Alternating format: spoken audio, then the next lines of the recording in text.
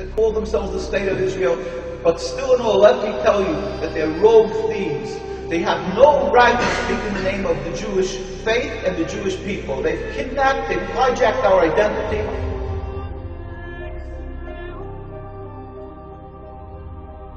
A person who follows Jesus Christ is a loser. He is a loser for the sake of the kingdom of God. That is the requirement for being a disciple of Jesus Christ. My friend, if you want to gain the kingdom of heaven, if you want to go into heaven, you've got to lose this world. You've got to lose everything and leave it behind here. If you want to hang on to these things, you will stay behind.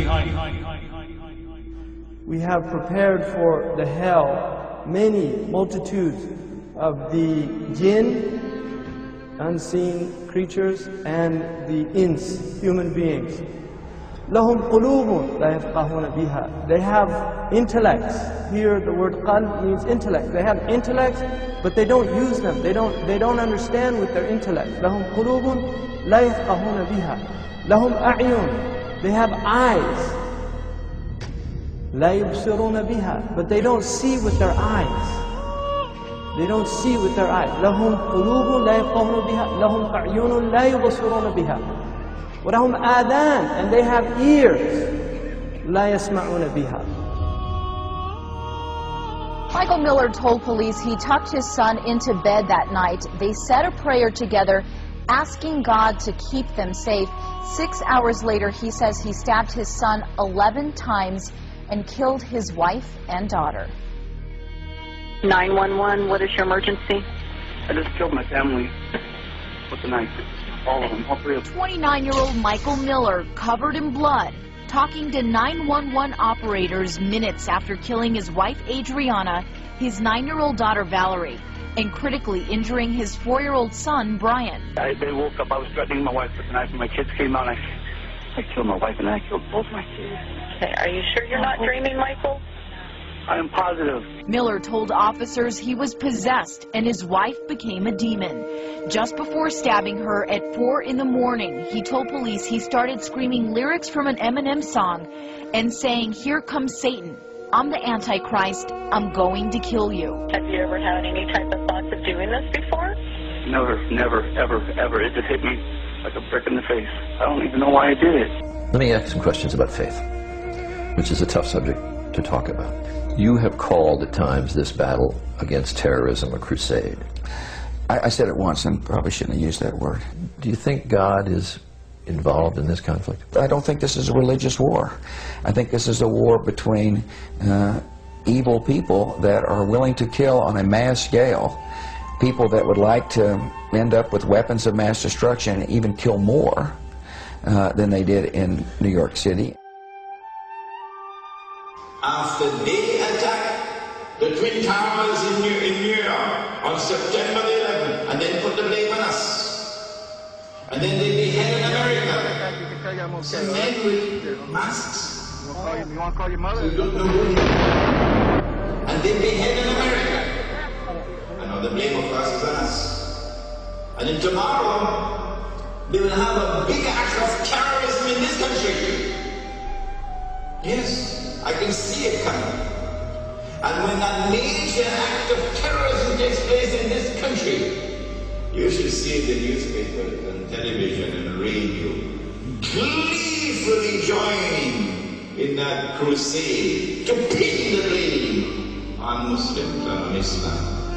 All so they can silence Islam.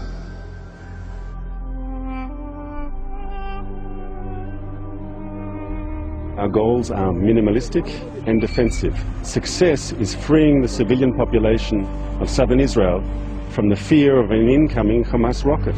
But if that was the case, there were no Hamas rockets during the ceasefire. Before November the 4th, there were no Hamas rockets for 4 months. And that's correct.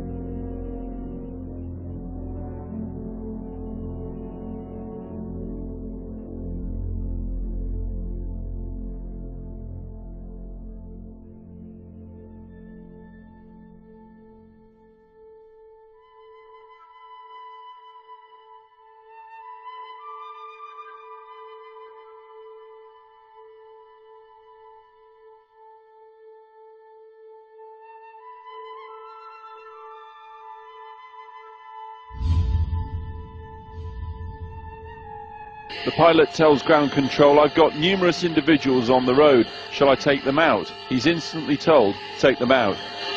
I got numerous individuals on the road. You want me to take those out? Take them out.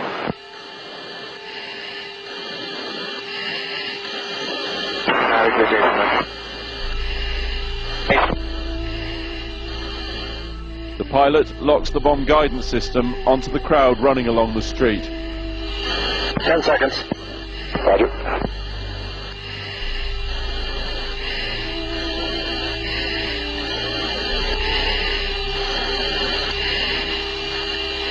Impact. The pilot's reaction, "Oh, dude." Oh, dude. In the early 70s, OPEC didn't like what we were doing in Israel. Same old story.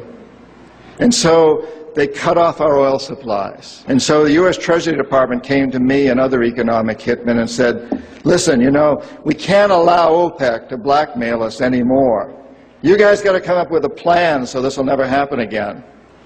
We knew that that plan had to involve Saudi Arabia because it had more oil than anybody else, and it also, the House of Saud, the royal family, was corrupt and corruptible.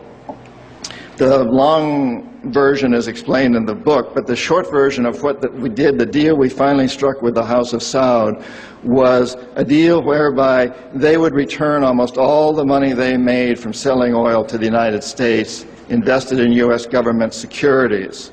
The U.S. Treasury Department would use the interest from those securities, which over the years has amounted to trillions of dollars, to hire U.S.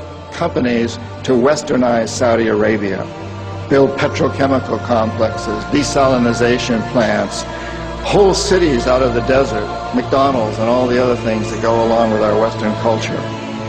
The House of Saud would also agree to keep the price of oil within limits acceptable to the oil companies, possibly not acceptable to you and me, but acceptable to the oil companies. And this is very, very important.